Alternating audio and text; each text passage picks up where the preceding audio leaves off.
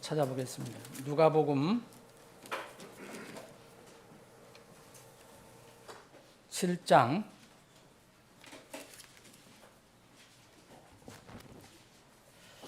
36절부터 제가 가지고 있는 성경으로 읽겠습니다. 여러분들 가지고 있는 성경으로 눈으로 따라서 읽으시기 바랍니다. 누가복음 7장 36절 124쪽.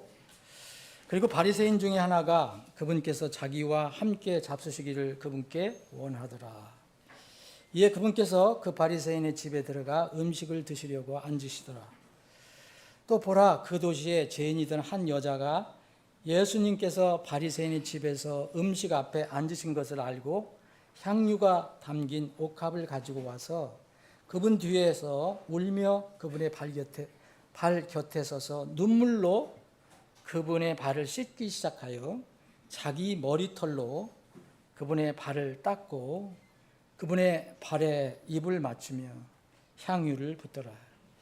이제 그분을 초대한 바리새인이 이것을 보고 속으로 말하여 이르되, 이 사람이 만일 예언자라면 자기에게 손댄 이 여자가 누구이며 어떤 여자인지 알았으리라. 이는 그 여자가 죄인이기 때문이라 하더라. 이에 예수님께서 그에게 응답하여 이르시되, 시몬아, 내가 네게 말할 것이 있다 하시더라. 이에 그가 이르되, 선생님 말씀하소서 하니라.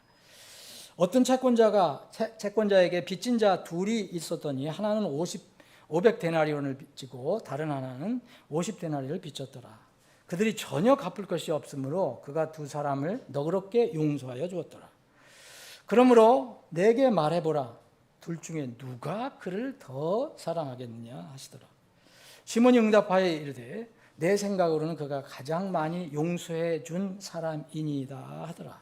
이에 그분께서 그에게 이르시되, 네가 옳게 판단하였도다 하시더라. 그리고 그분께서 여자를 돌아보시며 시몬에게 이르시되, 내가 이 여자를 보느냐? 내가 네 집에 들어왔을 때 너는 내게 발 씻을 물도 주지 아니하였으나 이 여자는 눈물로 내 발을 씻고 자기 머리털로 내 발을 닦았느니라.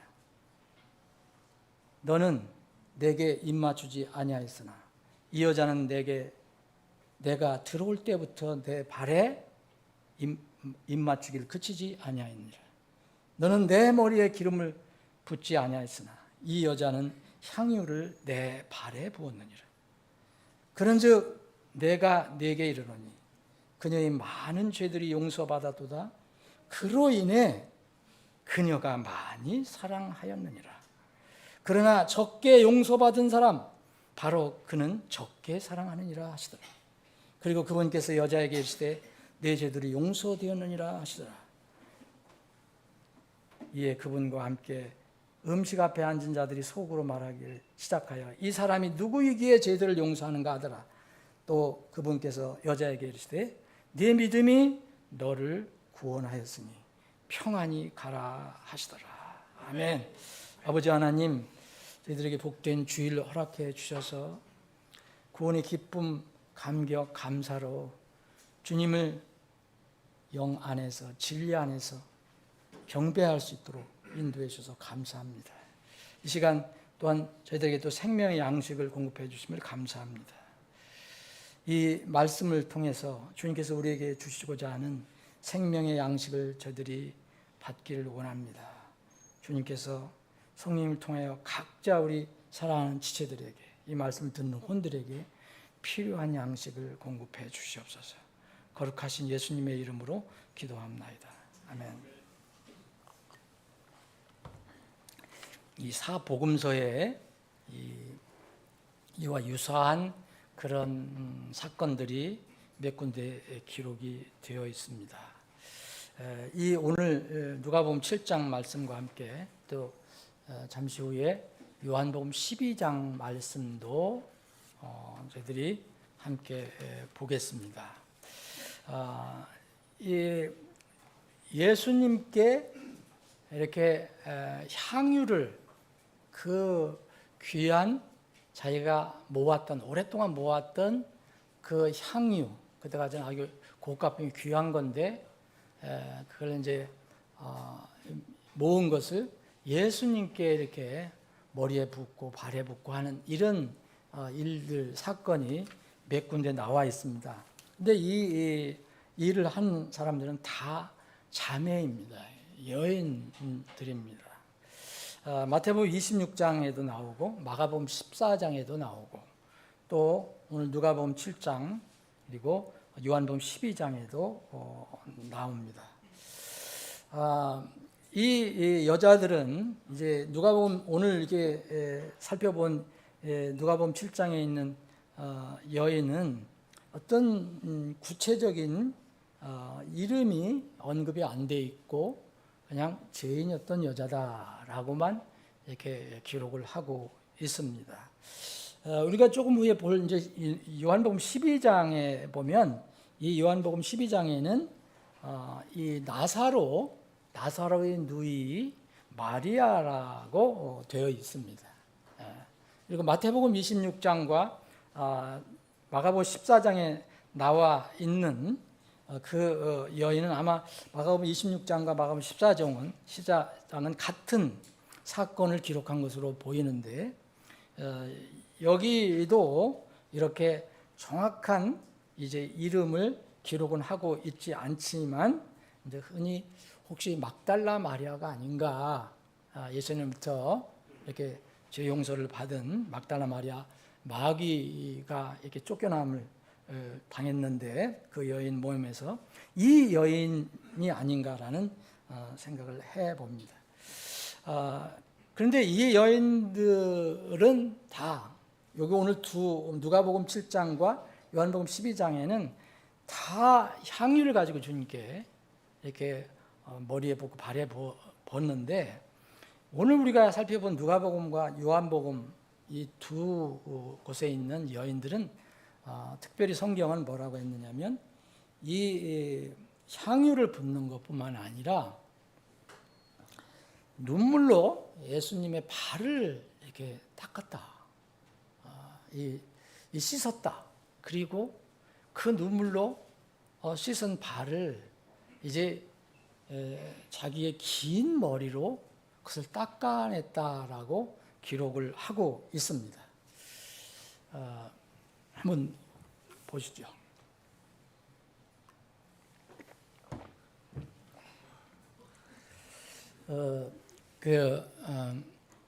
캐나다 밴쿠버에 있는 우리 이 목사님 우리 교회 한번 오셨었잖아요. 그 스티븐 화이트 목사님, 그 그레이스 침례교회 그 목사님이 이렇게 농담도 잘하시고 재미 있으신 분인데 그때 아시죠, 여러분? 당산동에 오셔서 집회하실 때. 그분이 가끔 가다가 이렇게 자료를 보내셔요. 이렇게 웃기는 자료를 많이 보내주세요. 물론 거기에 이제 의미가 있는 거지만 이거를 얼마 전에 보내셨어요. 그래서 저도 한번 그 자료를 한번 찾아봤는데 이 여인은 이 이름이 에이샤 만달라라는 사람이에요. 이제 미국 사람인데 미국 플로리다의 올랜도 근교에 사는 사람인데 뭐로다 유명한 사람이냐면 이제 머리털이 세계에서 가장 긴 여인으로 유명한 여인입니다. 기네스북에 올라갔어요. 기네스북에 올라갔는데 처음에 이제 약 6m 정도의 이 머리털 길이로 기네스북에 올라갔는데 그 후에 17m로 자라고 아이고 하시는데 17m로 자라고 무게가 19kg 머리털만 그리고 이제 2022년 제가 찾아본 자료에 하면 2년 전에는 무려 110피트 이거를 보내신 거예요. 그 그 목사님이 33.5m예요. 우리는 33.5m로 그렇게 자랐다고 합니다. 이 세계에서 제일 머리가 긴 여인이에요. 근데 이 여인은 미국 시민권자지만 서인도 제도의 트리나드 토바고에서 이민 온 사람인데 이 미국에 이주할 때부터 머리를 길렀다 그래요. 그러니까 40년 동안 길렀습니다. 40년. 깎지 않고. 근데 이제 의사가 이게 뭐 당신이 위험할 수도 있다. 이게 목에 마비가 올 수도 있다. 그래서 이게 깎아야 된다. 그래서 계속 거부하고 이제 드디어 이제 6m에서 이제 17m, 무려 이제 33.5m까지 이제 기르게 됐는데 왜 의사가 이렇게 권면했냐면 당뇨가 있고 고혈압이 있는 데다가 또 유방암을 앓고 있었다 그래요. 근데 이것만큼은 아꼈다. 세계에서 최고 긴 머리를 가지고 있으니까. 그래서 그녀가 움직일 때마다 그 뒤에 이제 이게 애기 업은 게 아니라 자기 머리를 업은 거거든요. 머리를 업고 가야 좀 될 때예요. 거서 움직일 때마다 항상 그녀 머리털이 이 방해를 놓으니까 이렇게 땅에 질질 끌리는 것을 막기 위해서 그리고 목의 긴장도 풀기 위해서 항상 이렇게 애기 업은 것처럼 이렇게 매갖고 이렇게 다녀야 한다고 합니다. 근데 이 만델라, 에이샤 만델라의 남편은 케냐 나이로비에서 온 전문 머리 이용사. 잘 만난 것 같아요, 둘이.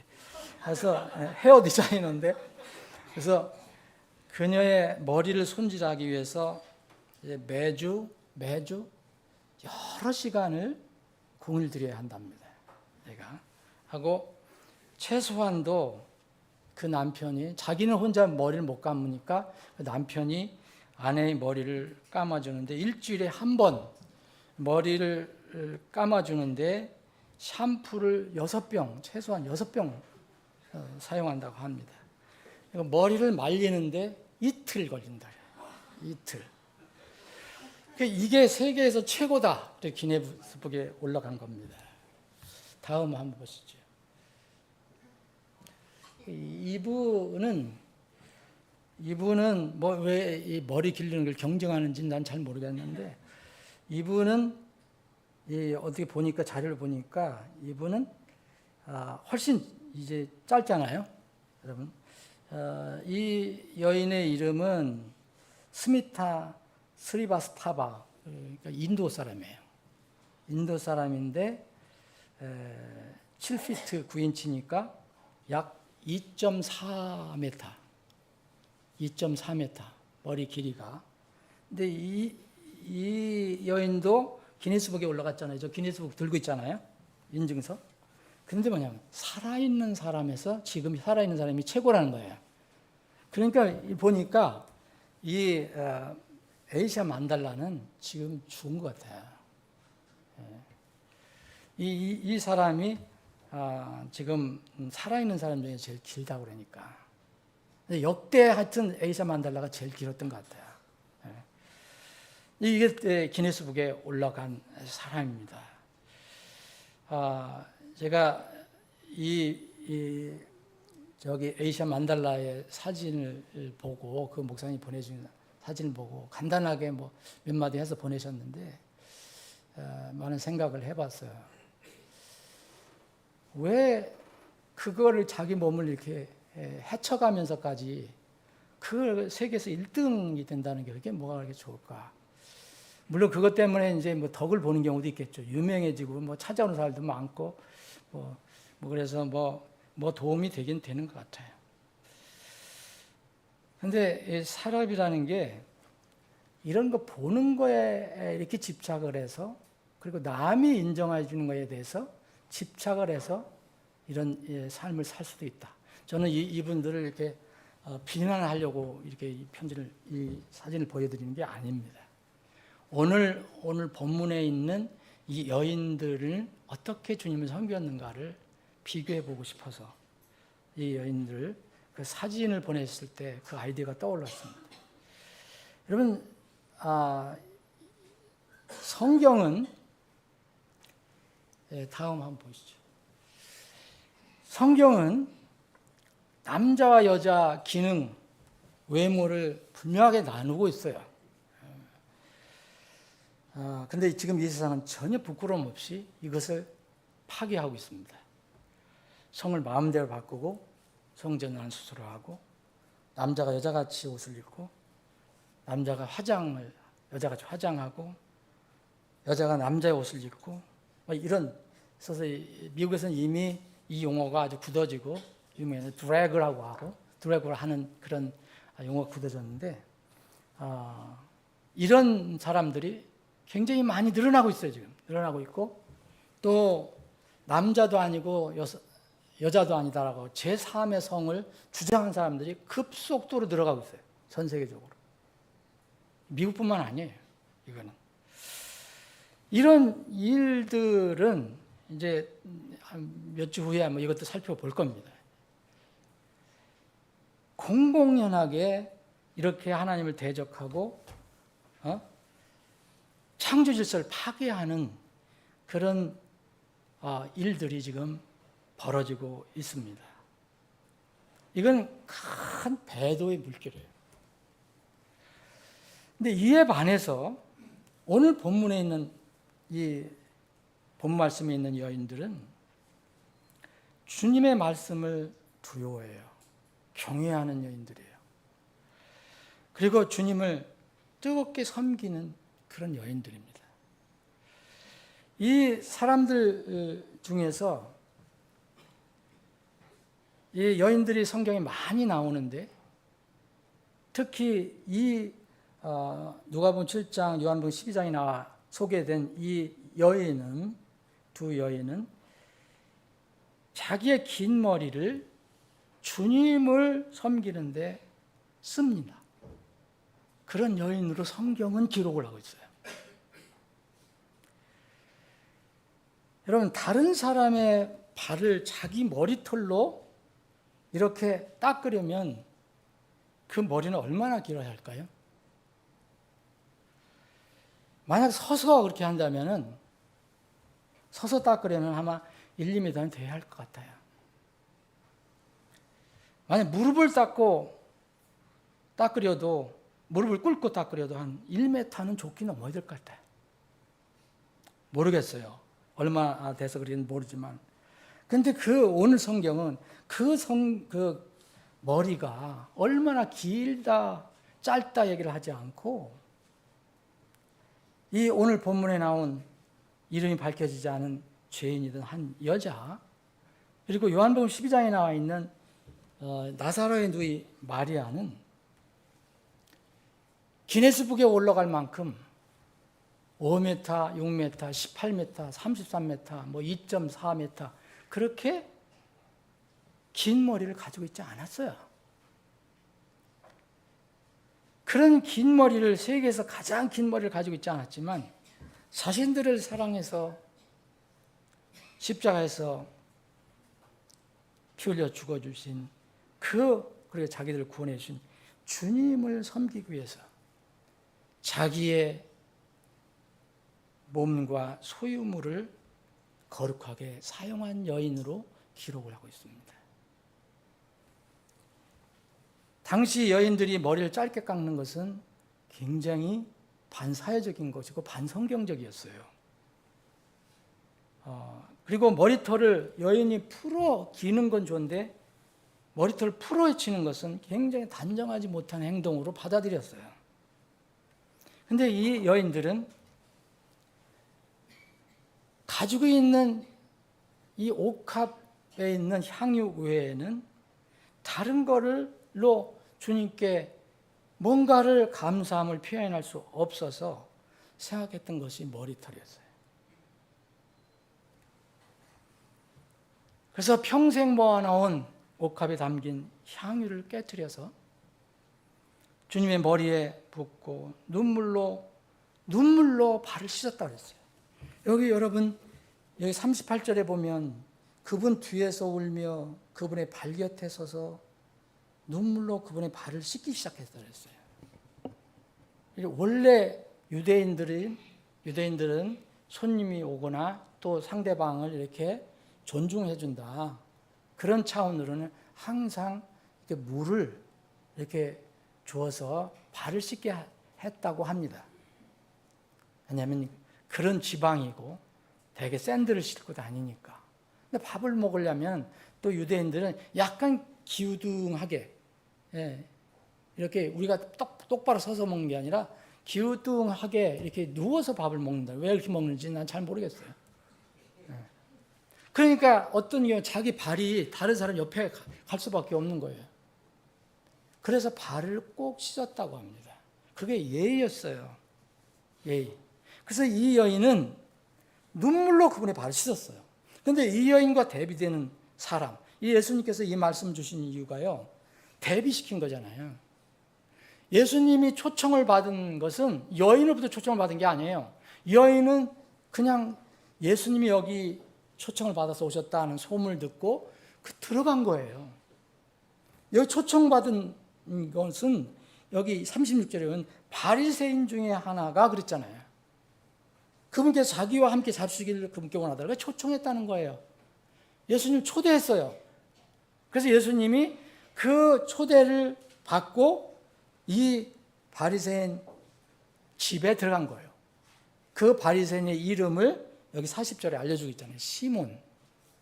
시몬이라는 사람의 집에 들어간 겁니다.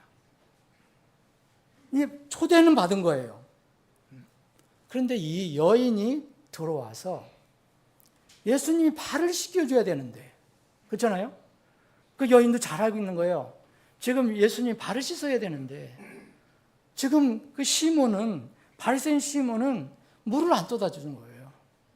그래서 이 여인이 어떻게 주님의 발을 씻을까 해서 이 주님 옆에 뒤에 가서 너무 이 상황이 안타까웠는지 아니면 주님에 대한 너무 감사한 마음이 있었는지 뭐 성경은 구체적으로 얘기하지 않고 있습니다. 근데 분명히 여인이 울기 시작한 거예요. 근데 얼마나 눈물이 많이 나왔냐면 발을 씻길 정도였어요.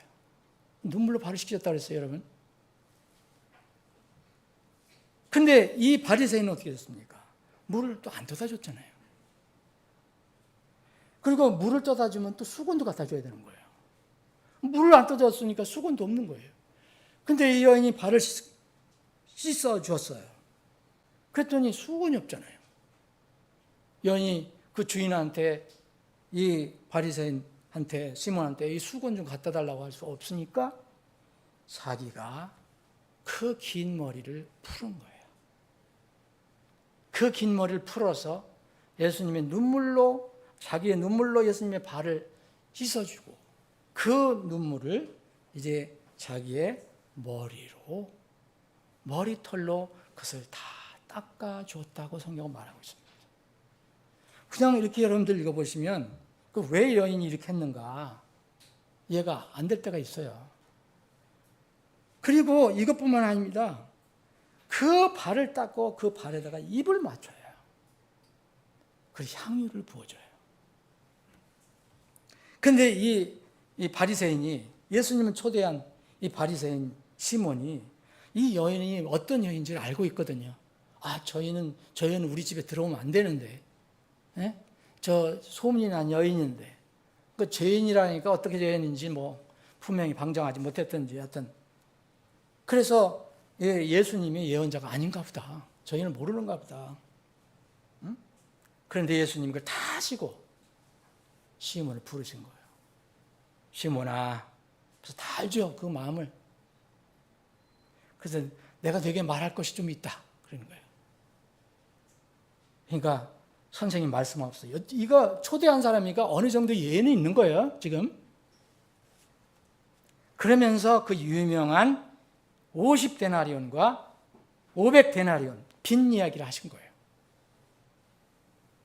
자, 이 바리새인 시몬을 가르쳐 주시기 위해서. 자, 어떤 채권자에게 빚진 자, 여러분 어떤 채권자 여러분 읽어보시면 이게 뭐냐?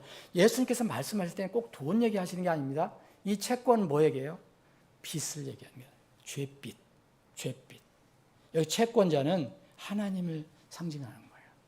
주님을 상징하는 거예요. 이 어떤 채권자에게 빚진 자 둘이 있다. 여기 왜 둘이었다고 그랬어요? 왜 셋 있어도 좋고 넷 있었다고 좋은데 둘만 얘기하세요. 누굴 얘기하는 거예요? 너도 여기 포함됐다는 거예요. 채권자에게 빚진 자 둘이 있었더니 하나는 500데나리를 빚지고 다른 하나는 50데나리를 빚졌다. 자, 이 양을 얘기해요. 그 빚진 양 500데나리오는 여러분 아시죠? 한 데나리오는 대략 장정이 하루 벌어서 얻는 노임이에요. 그럼 500데나리오면 꽤 크죠? 요새 돈으로 하면. 다른 하나는 50데나리온이에요. 근데 이렇게 얘기합니다. 예수님께서. 그 둘이 다 갚을 것이 없다 이거예요. 갚을 것이 없기 때문에 그 채권자가 그 두 사람을 어떻게 했느냐. 너그럽게 용서해 줬다라고 얘기합니다. 다 빚을 탕감시켜 줬다는 거예요. 500데나리온 너 그거 없는 것으로 할 거야. 너 죄 없어. 죄빚 없어. 너 나한테 500데나리온 갚지 않아도 돼. 이렇게 한 거예요. 50데나리온도 마찬가지로. 이렇게 다 탕감해 줬다. 용서해 줬다. 그러면서 이제 결론이 이거예요. 그런데 500데나리온 빚진 자하고 50데나리온 빚진 자가 다 탕감받았는데 자, 채권자, 그 주인에게 두 사람 중에 누가 더 그 채권자를 사랑하겠느냐? 감사하겠느냐? 이렇게 물은 거예요. 그랬더니 이 시몬이 뭐라고 대답했습니까? 이건 정신은 바르니까 시몬이 얘기합니다. 내 생각으로는 그가 가장 많이 용서해 준 사람입니다. 채권자가 가장 많이 두 사람 중에서 누가 더 채권자를 사랑하고 감사하겠느냐. 그러니까 500데나리온 빚진 자, 탕감받은 그 사람이 더 사랑할 것입니다 라고 얘기합니다. 대답합니다. 이에 그분께서 네가 잘 말했다. 그렇게 판단했다 라고 하시면서 이제 이 시몬의 가슴을 찌르는 말씀하십니다. 44절부터 그분께서 여자를 돌아보시며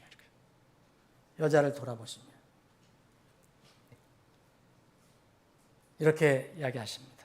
시몬에게 계시되 내가 이 여자를 보느냐? 이 여자는 지금 뭐 하고 있습니까? 눈물을 흘리면서 예수님 발을 씻어요.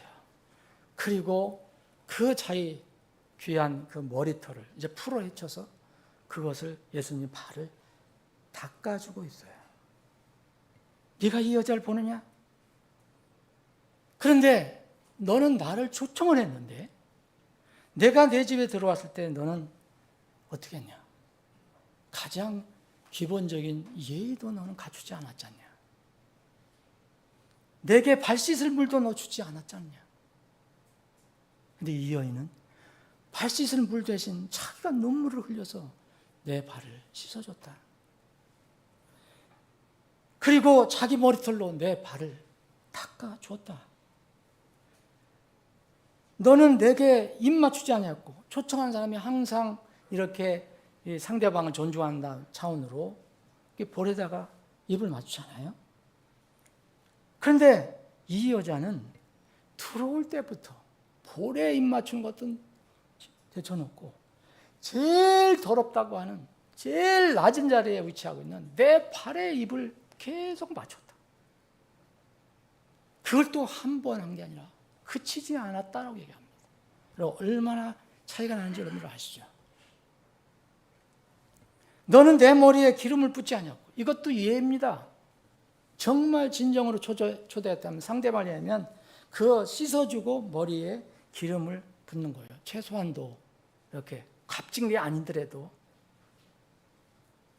그런데 이 여자는 자기가 평생 모아온 향유를 깨트려서 내 발에 부었다.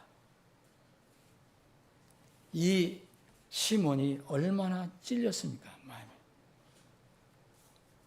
그러면서 주님께서 말씀하세요.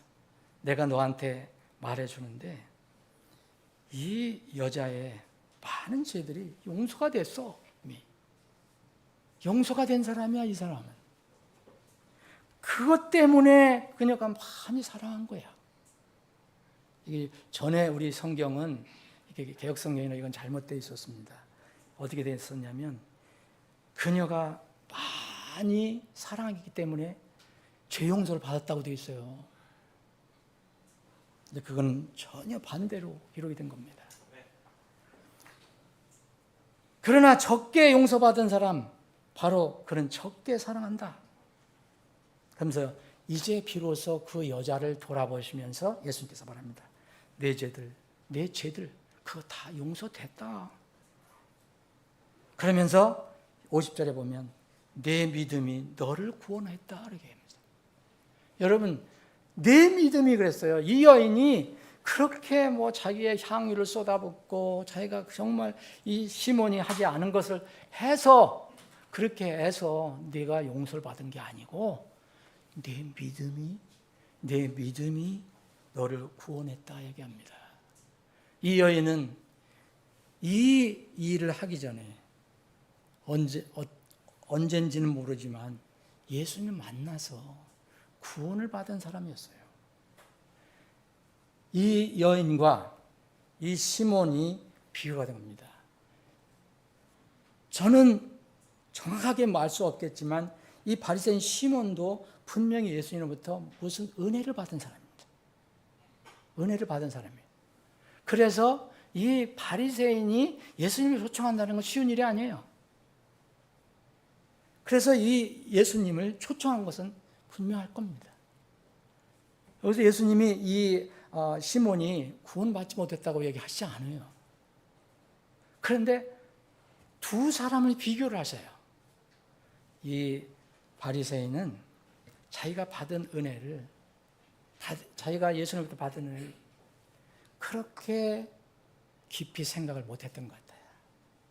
아니면 가볍게 생각했을지도 몰라요. 근데 이 여인은 500데나리온이라는 그런 엄청난, 자기는 이 세상에서 거의 버림받고 사람들로부터 인정도 받지 못하고 그런 죽을 인간인데 예수님께서 나를 구원해 주셨구나, 나에게 사랑을 베풀어 주셨구나, 이것을 깨닫고 자기가 할 수 있는 것이 무엇일까? 그때 마침 이 소문을 듣고 이 시몬의 집에 예수님이 오셨다는 소문을 듣고 거기로 들어가 봤더니 아니 예수님이 이러면 안 되는데, 그래서 자기 생각에 그 시몬 대신 그렇게 한 겁니다. 사랑하는 여러분, 이 여인은 가지고 있는 게 별로 없었던 것 같아요. 그래서 평생 모은 향유옥합, 그리고 자기의 몸 일부인 머리털을 거룩하게 사용했습니다. 그것도 자기 몸의 제일 꼭대기에 있는 자기의 머리털로 다른 사람의 몸의 맨 밑에 있는 발을 닦는 최고의 겸손의 모습을 보셨어요. 우리가 이 말씀을 읽으면서 생각해 봐야 할 거 있습니다. 나는 예수님의 십자가의 대속의 은혜로, 믿음으로 하나님의 은혜를 받아 구원받은 자녀인가요? 그러면은 나는 주님을 섬기기 위해서 세계에서 가장 긴 머리털 필요 없어요. 그거 가질 필요 없습니다. 우리는 주님의 몸을 섬기기 위해서, 주님의 진리를 섬기기 위해서 솔로몬의 재물이 필요한 게 아니에요. 삼손의 엄청난 힘이 필요한 거 아닙니다. 엘리사나 엘리야 같은 그 놀라운 기적을 행할 수 있는 능력이 있어야만 우리가 주님을 섬기는 것이 아닙니다. 사도 바울이나 베드로의 놀라운 은사, 그 표적을 꼭 가질 필요가 없습니다.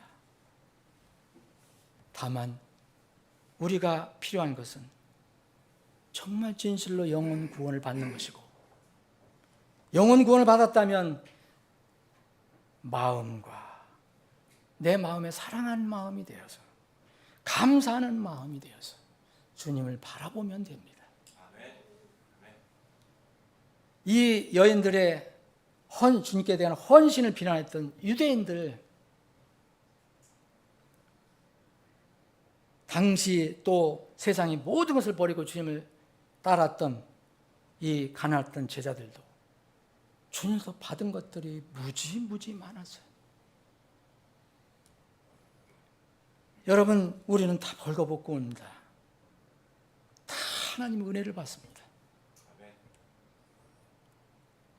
그러므로 이 세상에서 주님을 섬기지 못한 사람들은 없어요. 자기 가장 소중한 것을 주님을 위해서 섬겼던 두 여인처럼 우리는 어떻게 하든 주님을 섬길 수가 있습니다. 그럼 섬김의 원리를 우리가 성경에서 말한 것을 살펴볼 필요가 있어요. 무엇으로 어떻게 주님 섬기느냐 이거예요. 섬김의 대상은 죄를 위해서 죽으신 예수 그리스도예요. 하나님이에요. 사람은 하나님을 섬기면서 또 사람을 섬기는 거지 사람을 먼저 섬기는 것이 아니에요. 근데 자칫 잘못하면 이게 전도가 되는 거예요. 여러분, 마태복음 6장에 보면 예수님께서 굉장히 중요한 말씀을 해주셨어요. 산상수훈에서. 당시 중요한 신앙 활동이었던 기도, 금식, 구제. 이 구제, 기도, 금식에 대해서 말씀해 주셨어요. 여기에 있는 사람들 주님께서 주의하라고 했던 사람은 뭡니까? 바리새인들은 똑같이 해요. 금식도 하고 구제도 하고 기도도 해요. 근데 그 사람들은 목적이 있어요. 거기 성경을 보시면 뭐라 했습니까?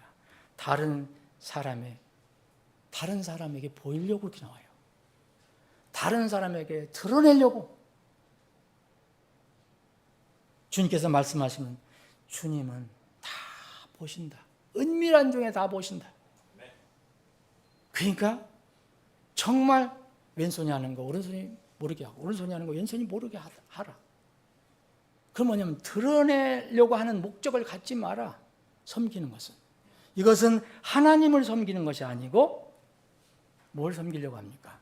사람의 눈을 섬기려고 하는 거예요. 세상을 섬기려고 하는 겁니다. 섬김의 대상은 바로 주님, 바로 그분입니다. 요한복음 12장을 잠깐 보겠습니다.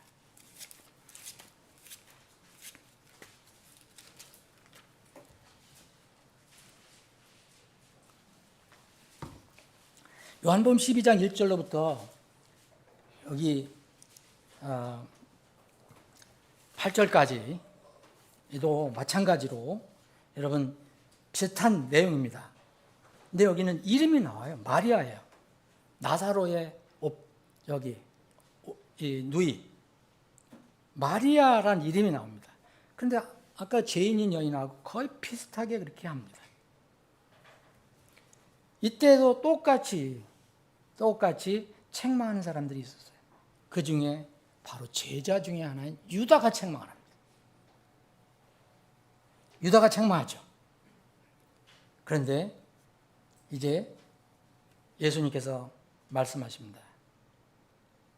그때 예수님께서 이르시되 그녀를 가만둬라. 7절입니다.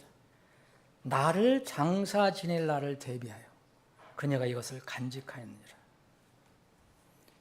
이 여인은 마리아는 예수님이 자기를 위해서 돌아가실 걸 알았어요. 이미 구원받았지만은 예수님이 세상을 위해서 며칠 후면은 여기는 엿새 전이라고 했잖아요. 1절에 보면 6일 후에는 6월절에 주님께 죽으시잖아요. 6일 후에는 이 예수님이 죽으시는구나. 이걸 알았어요. 그 예수님의 죽으심에 동참하는 거예요. 그래서 나를 장사 지낼 날을 대비했다라고 책망하지 말아라고 얘기하는 거예요. 유다에게. 죄를 처리해 주신 예수님이 우리의 섬기는 대상입니다. 사람이 아니고 마리아가 그렇게 했습니다. 이름 모를 여인이 그렇게 했습니다. 섬김의 원천은 어떻게 섬기느냐, 이 두 여인이 어떻게 섬겼느냐, 구원받기 위해 섬긴 게 아닙니다. 이 여인은 예수님을 만나서 뭔가 은혜를 받았어요. 마리아는 구원을 받기 위해서 자기 가장 소중한 향유로 주님 섬긴 것이 아닙니다. 구원을 받았기 때문에 섬긴 거예요. 아까 우리가 누가복음 7장에서 본 것처럼 그 죄인인 여자도 마찬가지예요. 믿음으로 구원을 받았어요. 마리아처럼 신자가 주님을 섬길 수 있는 것은 구원을 받았기 때문에 섬기는 거예요. 그래서 섬김의 원천은 영혼 구원입니다. 여기부터 섬김의 힘이 나와요. 이게 불분명한 사람들은 섬길 수가 없어요. 그래서 우리는 섬기는 제사장단으로 편입이 된 거예요. 제사장으로 우리가 편입이 됐잖아요. 제사장이 하나님께 나아가 섬기는 사람들이잖아요. 섬김의 원천은 바로 주의 죽으심으로 인한 영혼 구원입니다. 여러분, 성경 속에서 최고의 찬양이 나와요. 오늘 아침에도 찬양 정말 감동이었습니다. 그런데 오늘 반주가 있었어요. 근데 성경에는 최고의 찬송은 아카펠라입니다. 아카펠라인데 저는 그렇게 믿는 거예요. 사도행전 16장 보면 바울과 실라가 복음 때문에 여러 얻어맞고 아마 피도 흘렸을 거예요. 기쁜 감옥에 갇혔어요. 사도행전 16장 읽어보시면 그런데 그 상황에서도 찬양하고 기도합니다. 그 찬양은 무슨 찬양이었을까요? 저는 그것이 성경에 기록된 최고의 아카펠라 찬송이라고 생각합니다. 거기 반주 없었어요. 피아노 없었어요. 기타 없었어요. 근데 성경은 찬양이라고 얘기합니다. 어떻게 그런 힘이 나옵니까? 바로 예수 그리스도의 죽으신 피 흘리심으로 인한 영혼 구원을 받았기 때문입니다. 구원받지 않은 사람에게 교회가 이것저것 하라고 하는 것은 무거운 종교의 짐을 덮어 씌우는 거예요. 구원받기 전에 교회에서 무슨 일을 감고 나면 꼭 병이 생겨요. 교회를 떠나거나 구원받은 기회를 영원히 놓쳐버릴 수도 있어요. 요새 가나안 교인이 많다고 그래요. 여러분들 가나안 교인이 무슨 의미인지 알죠? 가나안 성도라는 데는 가나안 성도라고 생각하지 않습니다. 뭐 그런 사람도 있겠죠. 가나안 교인입니다. 안 나가 교인이에요. 거꾸로 얘기해서. 뭐 상처받아서 안 나간다는 거예요. 네? 뭐 때문에 상처받았는지 모르지만 여러분 교회에서 이렇게 무거운 짐을 주거나 뭘 거듭나지도 않았는데 뭘 자꾸 해라 하니까 이런 섬김의 방법이 있습니다. 섬김 원천, 섬김의 방법은 뭐냐면 절대 자원하는 마음입니다. 이 두 여인 마리아하고 이 죄인 여인이 여러분 어떻게 했습니까? 이 향유로 주님을 섬긴 이 두 여인이 누구한테 권면받았습니까? 너 섬기라고 강요받았습니까? 예수님께서 이 두 여인 불러다가 너 나를 왜 안 섬겨? 하셨습니까? 이 향유로 주님을 섬긴 여인은 누구한테 강요받은 적 없어요. 그리고 또 어쩔 수 없이 억지로 한 것 아닙니다. 구원을 받고 즐겁게 자원해서 한 겁니다.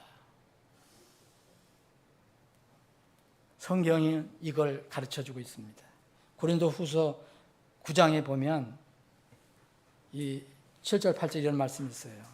각 사람은 자기 마음에 작정하는 대로 그렇게 낼 것이요 마지 못해 하거나 억지로 하지 말지니. 마지 못해 하거나 억지로 하는 거 이거 절대 하나님이 원하시지 않습니다. 받지 않으세요. 이는 하나님께서는 즐거이 내는 자를 사랑하시기 때문이다. 모든 하나님을 섬기는 거 똑같습니다. 신앙생활이라는 게 다 그래요. 사도 바울이 빌레몬에게 오네시모를 위해서 그 사랑하는 오네시모를 위해서 청하는 방법이 있었어요. 사도 바울이 사랑하는 빌레몬 그 형제에게 오네시모가 이제 빌레몬의 종이었잖아요. 그래서 도망갔잖아요. 그런데 이 사도 바울을 통해서 새로운 인생을 얻게 되고, 그래서 훌륭한 사람으로 이제 됐어요. 근데 다시 이제 빌레몬의 원래 주인이었잖아요, 오네시모의. 그런데 사도 바울이 빌레몬과의 관계에서 너 이렇게 해, 내가 이거 지금 오네시모 쓰고 있어 라고 하지 않았어요. 빌레몬서 10절, 14절 보면은 내가 결박증에 낳은 내 아들 오네시모를 위하여 내게 간청하노라 그랬어요. 형제가 형제한테.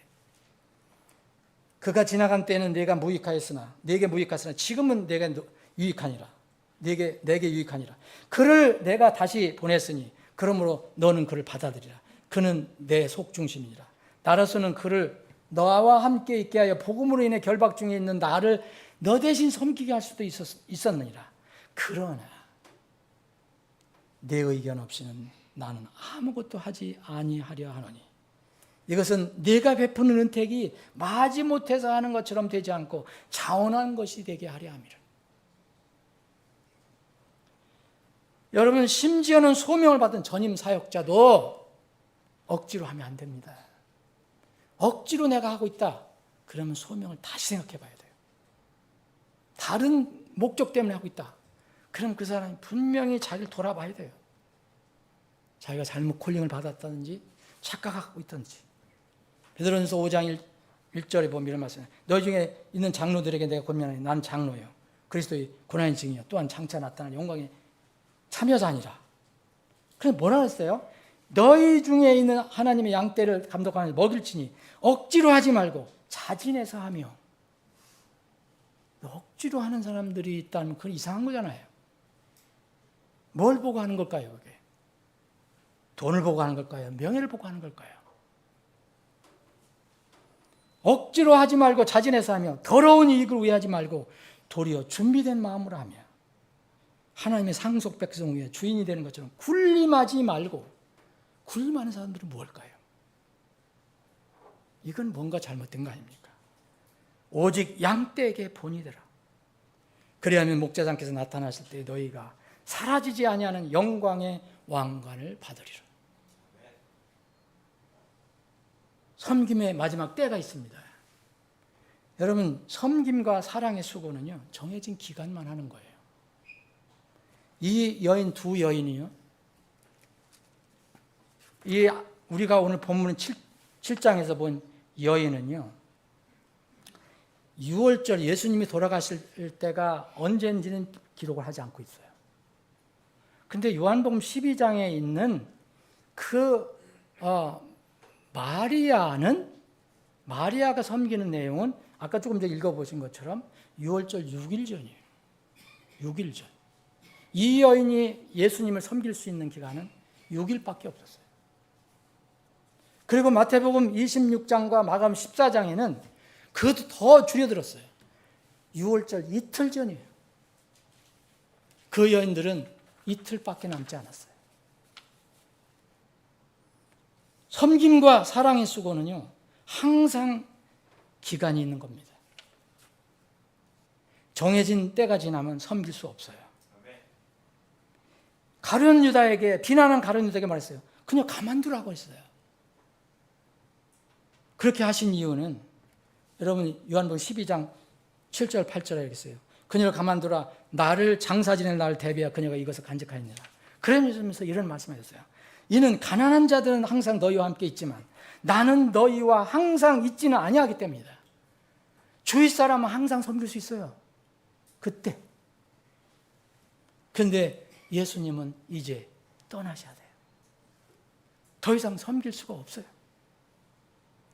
이 죄인이던 자매와 마리아 자매는 예수님을 섬길 수 있는 시간이 아주 짧게 정해져 있었어요. 남아 있었어요. 그때는 예수님이 십자가에 못 박히시기 전에 섬길 수 있었어요.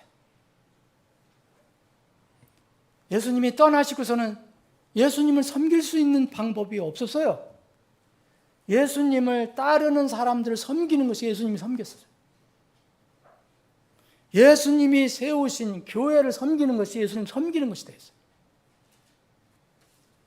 예수님이 전하신 말씀을, 진리를 섬기는 것이 섬기는 거예요. 그런데 이 시간도 끝날 때가 다가오고 있습니다. 그 때가 언제겠습니까? 예수님이 우리가 갈 때 더 이상 섬길 수 없어요. 근데 다시 예수님이 오시면 이제는 섬길 수가 없습니다. 그때는 섬길 필요가 없어요, 여러분. 올라가서 주님 찬양만 하면 돼요. 예수님 머리에다 향유 부을 필요 없고, 발에다가 향유 부을 필요 없고, 눈물 쏟을 필요 없어요. 예수님과 함께 통치하면 돼요. 이제는 우리가 섬길 날도 아주